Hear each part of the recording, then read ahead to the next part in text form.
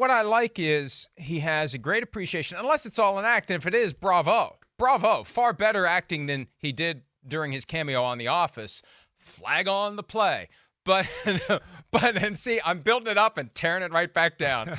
But there's just something about him that is kind of wistful and earnest and appreciative of where he is at this point in his career. Right. He understands that there's only so many more trips around the sun as it relates to his football career.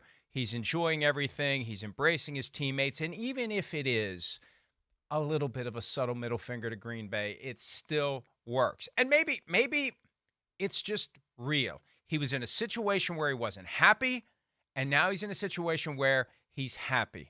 And it really does show. And it makes him likable. He went from being guy who was very protective and secretive and didn't want anyone to form any opinions about him. Very guarded in everything he did. That's the way he was for maybe 10 years. Then a couple of years ago, he reached the screw it portion of his life where I'd rather have half the people love me and half the people hate me than 100% of the people not have an opinion about me. So he took that kind of heel turn that some people loved, some people hated, said some controversial things. That whole, I've been immunized thing was not good. That was a low point. That was not good. Under the circumstances and playing the word games. Nobody likes anybody that plays those stupid word games. Like, gotcha. You didn't ask the follow-up question. I said immunized, not vaccinated. You dumb reporters should have asked me the follow-up question. That was a bad look. But now, he's grown. He's changed. We're all capable of changing. We're all capable of maturing. We're all capable of evolving no matter how old we are. We're not locked in. I remember one time when I was in high school, I was taking like a college class on the side. They offered early credits, and I remember the professor said something like, your personality's set by the time you're 5 years old, and it's never going to change. And I thought, bull crap. We change all the time. Sure, we definitely. change. We evolve. We grow. We become more comfortable with certain experiences, less comfortable or less interested in others, and we make our path. We're not set. It's not predetermined who we are before we even go to school for the first time, before we ever see the first Jerry Lewis telethon and have that pit in our stomach. That's baloney. So I feel like he's changing, he's growing, he's evolving, and he's likable now. Yeah. I can admit that. Yeah. I've grown, I've changed, I've evolved. I like Aaron Rodgers. I can't believe I said it. Hey, I like it, Aaron Rodgers. See you later, Kirk Cousins. See you later. You're done, all right? He's tossing you to the side. I hear you. It's like I do think, like you said, the change of scenery, the energy, all that, I'm sure has brightened up his day. You think about what he's kind of gone through in Green Bay, right? I know he was the man there forever, but the last few years, you got to be walking in the building sometimes, if you're Aaron Rodgers, with a little bit of like, here's, Mark Murphy and Gutekunst. Oh, my gosh. Are they really on my side? Are they rooting for me to fail? Or are they just waiting for me to drop off just a little so they can get rid of me?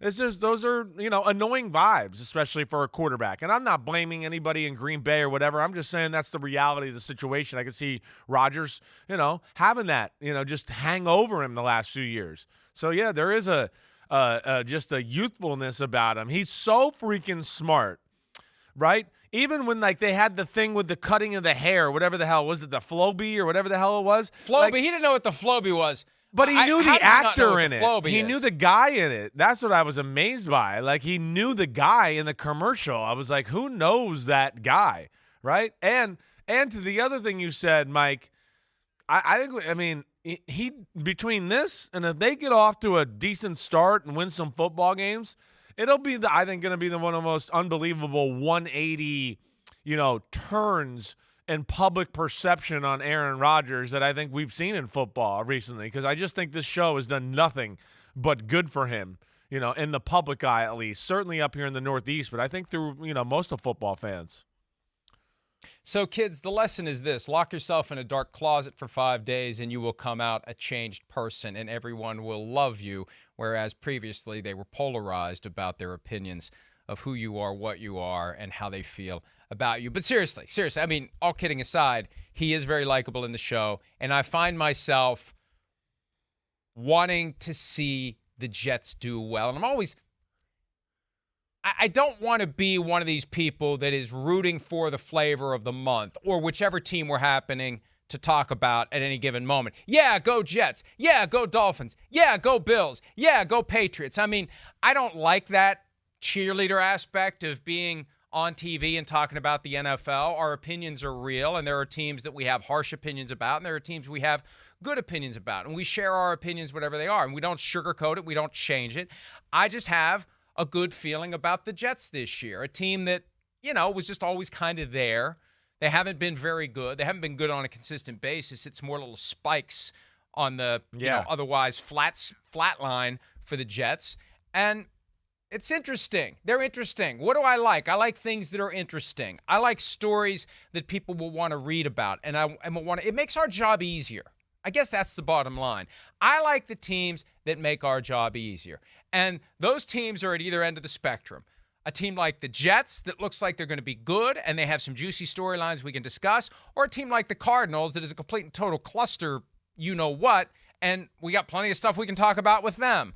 But it's more fun to talk about, especially on the brink of the season. It's more fun to talk about the good. That's one thing I've learned eventually, and maybe I relearn it every year. It's hard as you get closer to the season to have honest opinions that are in any way negative about any team, because every fan is thinking, hey, we're 0-0 and this year could be the year. It all falls together. Even if things don't look good, you never know. That's why they play the games, as a wise man once said. So I get a lot of pushback. I got a lot of pushback from our bit about the Bills yesterday.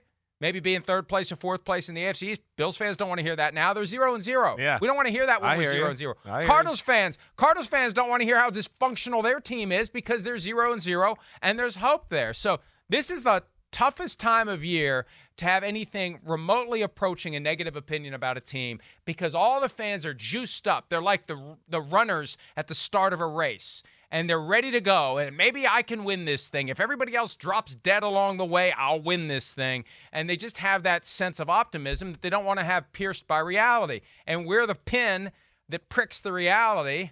That's probably the best word to use there. Pricks the reality, and they don't want to hear it. And they get mad at us for being the ones to say it. So this is a weird time of year. So all that said, go Jets.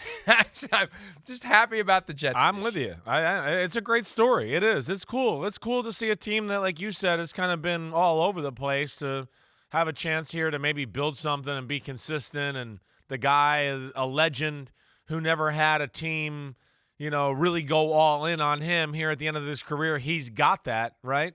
And I also think, like, seeing some of the jerkiness of Aaron Rodgers is a good thing too, right? To me, you like The Sopranos, right? All that stuff. The Rodgers, getting mad, Rodgers talking crap to Jihad Ward and getting in his face. That was great. It is great. I think that stuff that goes over really well with fans and gives you a real look of what it's like on the football field. Hi, it's Mike Florio. Thanks for watching PFT on YouTube. Hit subscribe for the latest news and analysis from Pro Football Talk.